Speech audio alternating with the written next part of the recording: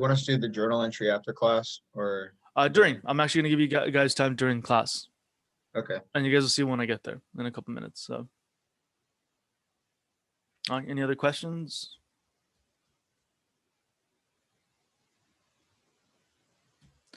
All right. Well, let's go ahead and talk about it, be about it. So today, what we're going to do, a little exercise retracing the story, which is, again, part of what we're going to be doing for the journal exercise. And then we're going to be introing Leviticus.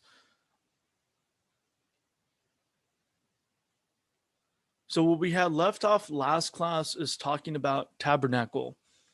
And so we had talked about how God has decided to make his encampment among the people, to camp out among the people, fulfilling his covenant, his obligation to Abraham. The Abrahamic covenant becomes fulfilled. What were the three components to Abrahamic covenant? It was the 3 P's.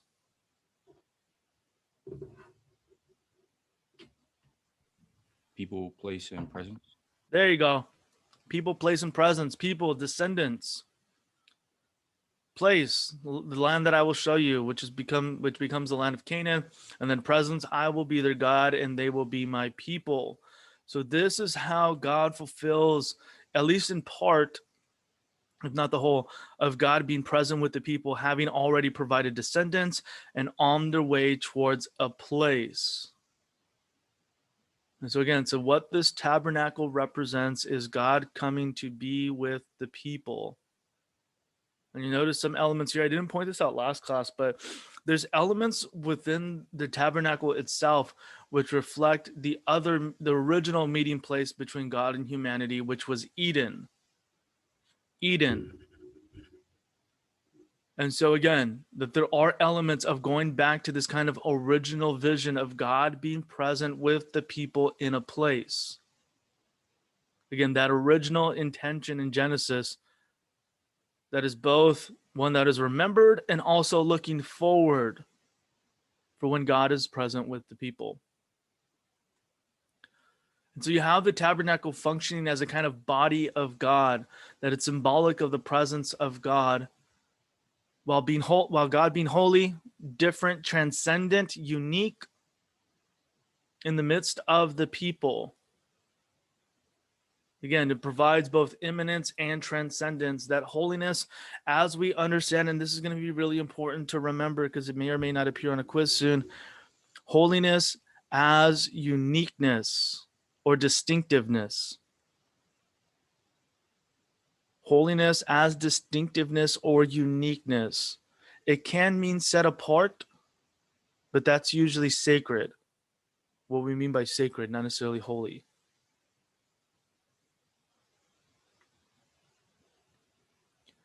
And usually the significance for set apart, what we mean by that is set apart as in like separate, over there. Whereas holiness, again, taken in its context, means that it's distinct in the midst of everything else. So like Israel being a holy nation, the royal priesthood means that they're different, but they're different in the context of the other nations.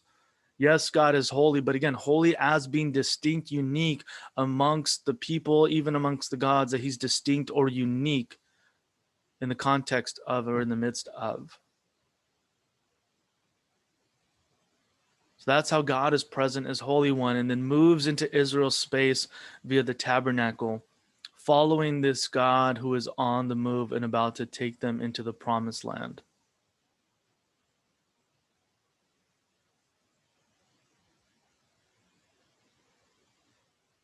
And so before we move on to talk about Leviticus, part of what I want for us to do, and I'll give you guys about 20 minutes to do this, in broad strokes. So again, you don't have to give me the line-by-line details of every single chapter, of every single verse, of every single story, but covering the main characters and plot points we've talked about so far.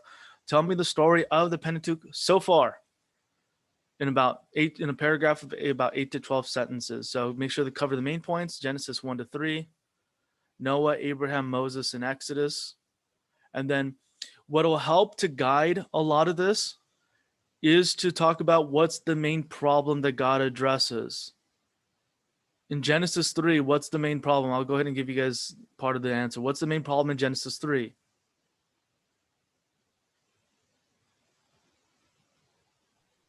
The Autonomy. fall of man.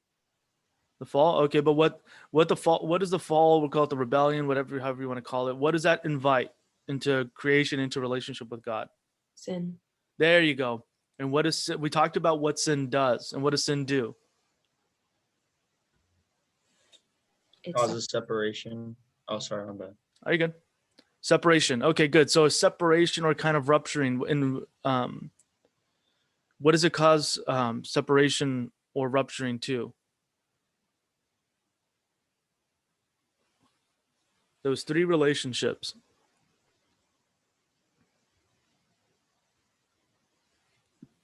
our I relationship know. with Oh, go ahead, Genesis. sorry. Our relationship with creation, with God, and with others. Hey, there you go. Perfect. Perfect. So if that becomes, again, the main problem, we have to think through, okay, what's God's original intention in Genesis, and which I had brought up again with tabernacle, God being present with the people in a place. Genesis 3 and what happens there between, again, the disloyalty, the rebellion, disobedience, however you want to word it. And then how does God working with these individuals then become the means of how God works back to that original intention, this original vision of God being present with the people? So again, we've kind of already talked about some of it. So in your own words, begin to put these things together, because again, it's really important for us to have this story in our minds as we're going through Leviticus and working itself out in Numbers and Deuteronomy. Because again, Leviticus can dry out really, really, really quick if we don't have this narrative, this original intention and vision of what God is working towards, is what these details provide for Israel as they now have God in their midst. And so again, what I want for us to do is rehearse some of the story and for us to understand these specific things in Leviticus that get teased out in Jesus. The Gospels do this, and especially Paul will do this. So as you're continuing on your guys' classes, whether it be Kings and Prophets, you're working in Gospels, Romans, prison epistles, and other classes you'll be taking, that you'll have these elements teased out, but we need to, again, understand this kind of original intention and how God works to address that and have that narrative in our minds. And so again, so I'll give you guys about 20 minutes. And again, if you don't get it done within that amount of time, you guys will have the day to turn it in. But again, why not just knock it out now while you got the time? So, all right. So I'll give you guys about 20 minutes at, I believe it's 46, 47, we'll get back together. So yeah, so feel free to, if you want to turn off your cameras and work on it, do stuff. If you want to leave them on, go for it.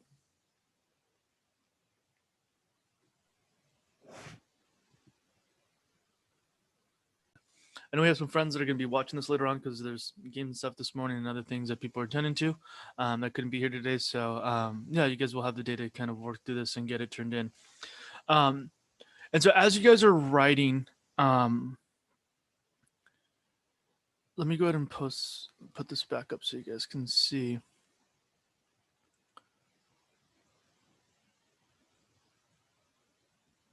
And so again, we had mentioned what the problem was that God addresses it, but we didn't necessarily cover, and you guys are working on this, how does God address the main problem, and how does he work to get back this original intention? What did you guys write down for that part?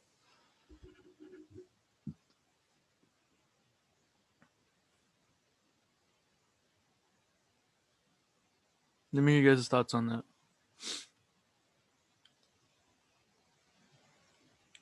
How does God address the main problem of what we talked about again? Sin, the kind of rupturing of relationship between God, humanity amongst each other, and humanity and creation. This original intention of God being present with the people with one another, and present on a land. How does God work to get this back?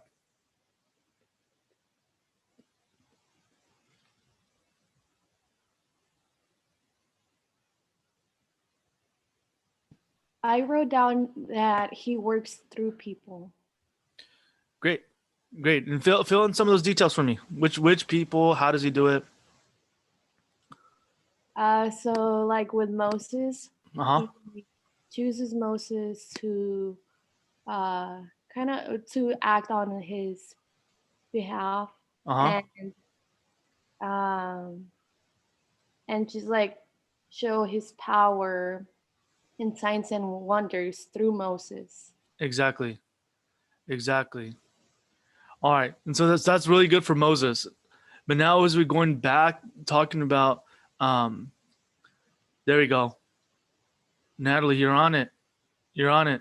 Covenants is so much of how God utilizes um, the means of communication with individuals, of committing himself and talking about what it is that he's deciding to do. Because yes, Genesis, he does work with people, and that's part of the partnership. But even before that, God chooses to initiate covenants with individuals.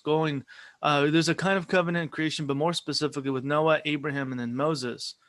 And this is more Sinai covenant, Mosaic covenant. But again, that covenants become the way that God initiates the redemption that will be the way that this original intention is brought back. But again, it starts out, no way a covenant, God's not going to destroy the earth, but more tangibly with Abraham, the promise, and you guys brought this up earlier, that the promise of people being in a place with God's presence with them. And so as we talk about Leviticus, we need to keep these things in mind. Again, about how God is going about to fulfill his promises to the patriarchs, Abraham, Isaac, and Jacob. And then, again, bringing about how they're being his people. And I'll talk about that in a little bit, but what covenants and sacrifices work hand in hand. Covenants and sacrifices work hand in hand. And so before we get to talking about sacrifices, there are a few things we need to talk about with Leviticus. But the Hebrew name is Vayikra, which this means, and he summoned. That Vav consecutive, which is just really a conjunction of the Hebrew word and. Oh, geez. Hold on just 1 second. There we go. Again, just the Hebrew conjunction there. I'll go into more detail later, but it's an indication that what Leviticus is doing is connecting Exodus and Numbers, but then there's also a connection from Exodus back to Genesis. So there's these little links that are in the text that English doesn't necessarily point out, but is there in the Hebrew. And so again, that just as the word and in English continues a thought, a kind of connection between the previous sentence, so that same kind of connection exists in the Hebrew Bible with these specific books. And so the setting, it's at Mount Sinai. The Leviticus starts about, it says beans, it says it should be begins, and that bugs me so bad.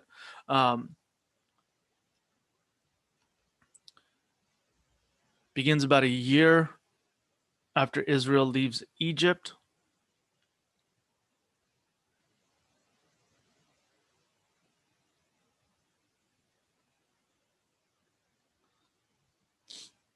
Then you have authorship, though this doesn't necessarily change, it doesn't significantly change the text, that whether it's Moses himself or whether it's a school or Moses and a few editors, that the concerns are still the same, largely with conserving or preserving this priestly legacy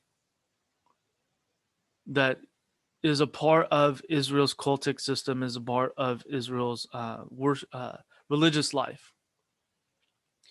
And so you have these priestly texts and narratives that form much of Leviticus. And so you'll notice if you ever read through Leviticus, you'll have some sections that pertain to specific legal codes about what to do, what not to do, and then you'll get a narrative. You'll get more legal code and you'll get some more narrative.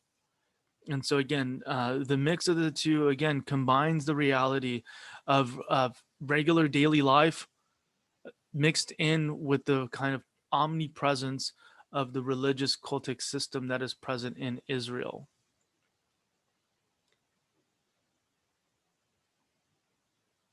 And so remember that Exodus, Leviticus, and Numbers have a lot of the same content, specifically in regards to the maintenance of tabernacle, also in the kind of interactions that God has with individuals, specifically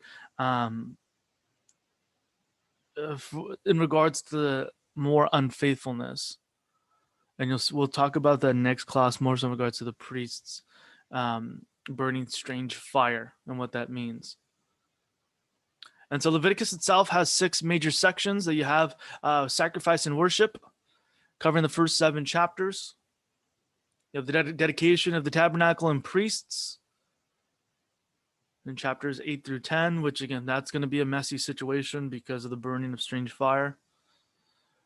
You have a kind of ritual purity,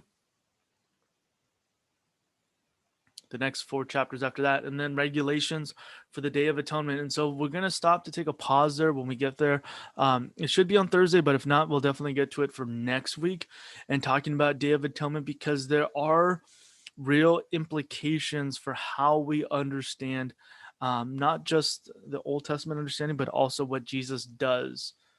That there is language of atonement in the New Testament that we need to understand in order for it to make sense on both sides, not just the New Testament, but also the Old Testament. And you have the holiness code, which again, not just referring to moral uprightness or kind of moral standard, but rather the code, specific code for the priesthood in regards to kind of uniqueness. And so you'll see in the holiness codes off calling to things related to what they ought to eat and what not to eat, what should their clothing be made out of, what kind of material, what to do with sores, what to do with certain diseases. And so again, in what ways does Israel treat these kinds of medical issues that do come up for them? And then you have laws on tithes and offerings.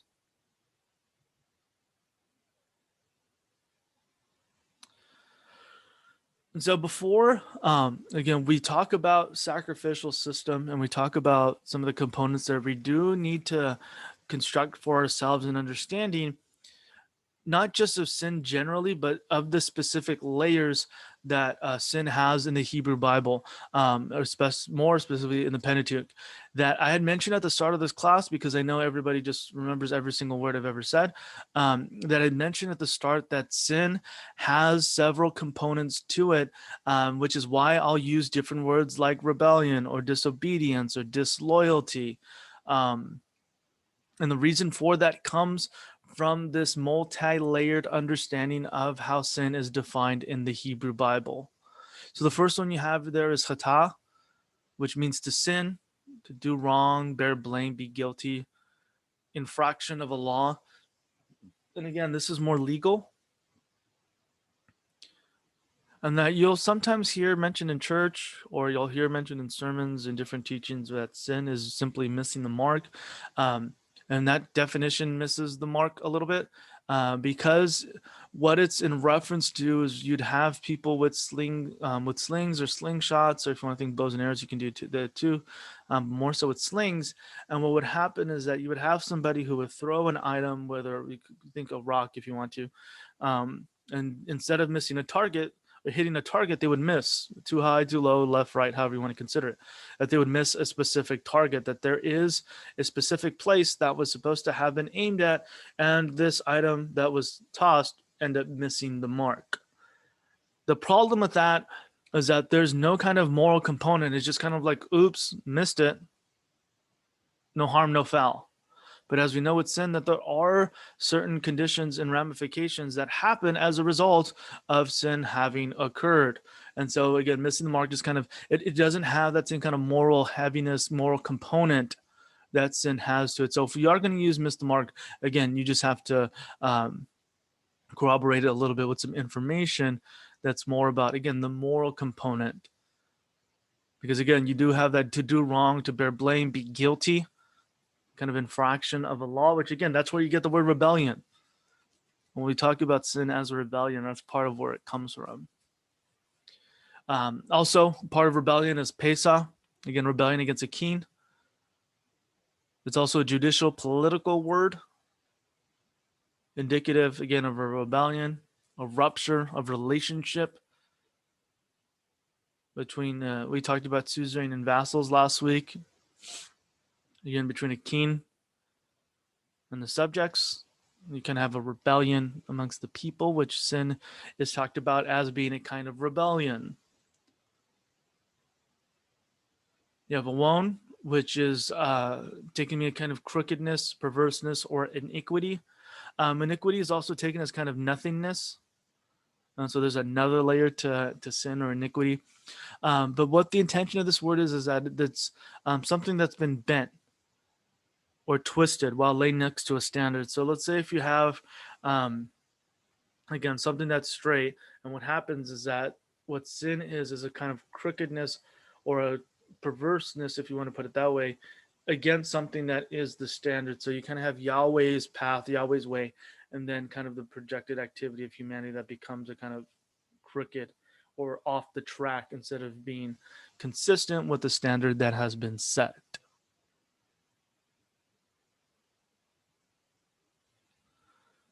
You also have blemish, and you'll have this come up a lot in Leviticus, especially with the purification rituals and pure rituals of purity.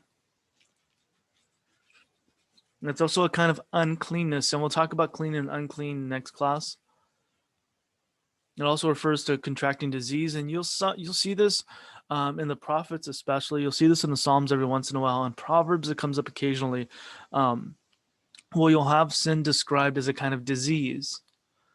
Sin will be described as a kind of disease, and that to be healed means to be healed, to have your sins forgiven, and this is where that connection comes from. It doesn't apply a kind of connection between having sinned and getting sick.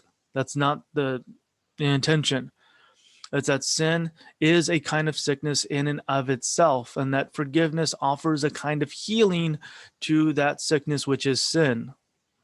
Again, it's not that sin invites sickness, but rather sin itself is the sickness that needs a kind of healing or forgiveness for that sin.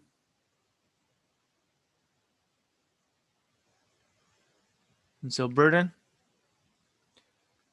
If sin is a burden, that it's a heavy load, it's as a punishment or both, that sin is heavy and it causes burden on relationships and has to be dealt with. And it's also described as swerving from the path. You have sin described as kind of turning aside, leaving a path, that carrying a moral sense that it's someone who's turned aside from Yahweh's right path or Yahweh's good path and has turned aside to their own way. We talked about this at the beginning, that it's autonomy.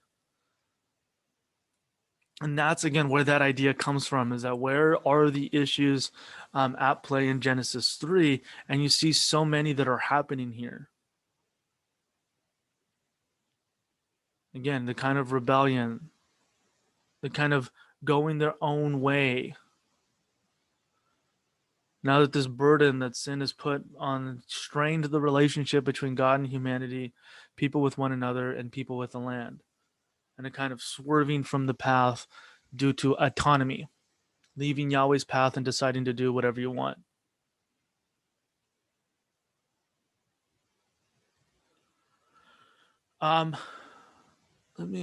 Okay, so we'll go through a couple more things and then we'll go ahead and be done for today. There's a couple things that we do. One of them, well, there's one fun fact before we jump over to the other two parts.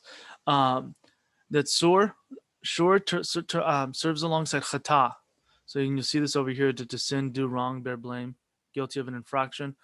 To describe what really transpired in the story of the golden calf, that Israel turned aside Shur, that's swerving for the path, which is the third one there, you'll see. You'll see here, swerving from the path, from the way that God had commanded. And that to sin is to get off of God's track, to stray from the good path. And again, that essentially what Israel does is to go their own way in making a golden calf. That the people have turned aside from Yahweh's path in order to chata, in order to sin. That they swerved in order to sin.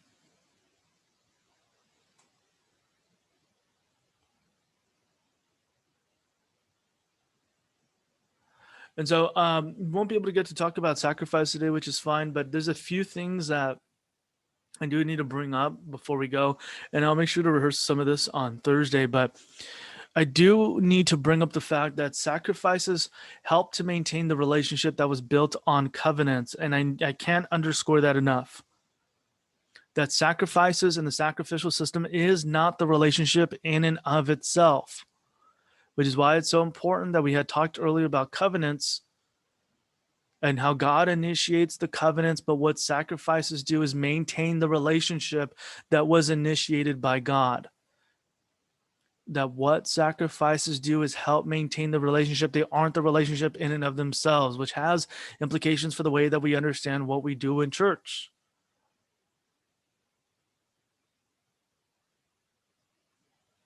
And so again, that sacrifices help to maintain the relationship that was built on covenants. That's why if you're reading through the prophets, you'll see Yahweh at some points rejecting sacrifices. And that's why, because they have broken the covenant. They've broken the thing that was the basis of the relationship in preference of the things that are meant to mend the relationship, to maintain the relationship.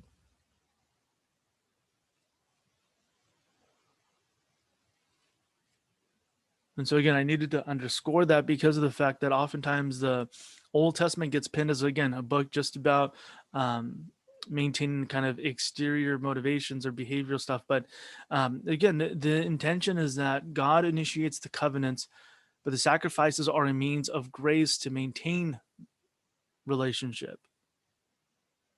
The relationship's already in existence, but God provides a means to deal with the things that get in the way of relationships between us and Him, humanity and one another, and humanity and the earth. So again, sacrifices and offerings provide a means of approaching the Lord in His place, that it maintains presence, preserving the purity and holiness of the sanctuary. Again, it's a different kind of place. Question. Yes.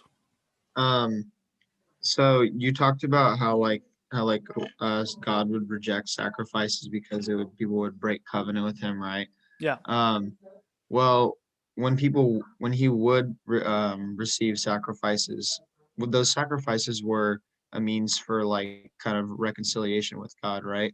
And because people sinned, and but isn't how does them sinning in whatever way they did to be received by God not break the covenant or differ from when God rejects sacrifices? Yeah. So there does seem to be a differentiation that's made between sin that happens as a result in relationship and actual rebellion. Forget the covenant. We're done.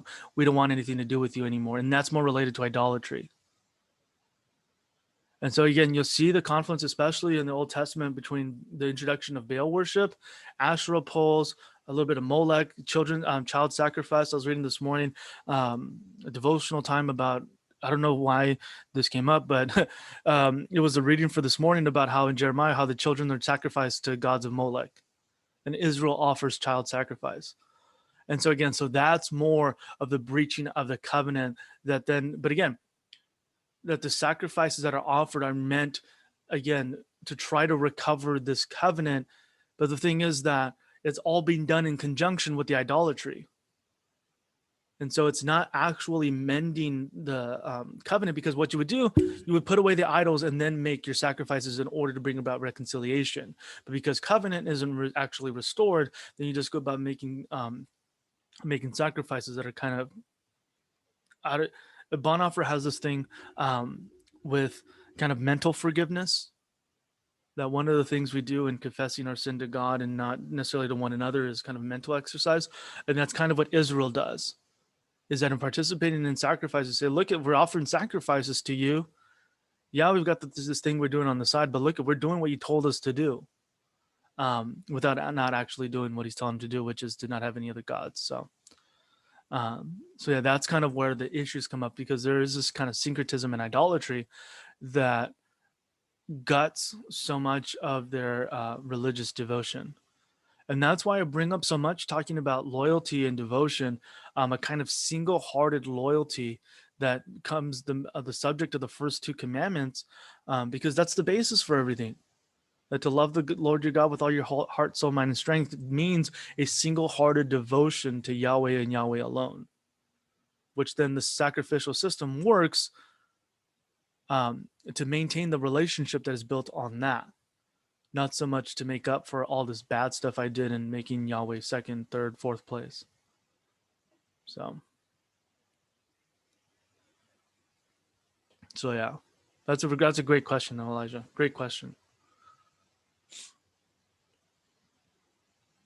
So last thing, English term offering refers to the presentation of a gift, and the broader term sacrifice refers to making something sacred. So again, offering refers to presentation, sacrifice refers to making something sacred. And I'll bring this up especially when we start talking about sacrificial system, because the sacrifice and offering start to become two different things. Are there any other questions, comments, concerns before we go for today? Part 2 is finally ending on time. It only took him 8 weeks, but he did it.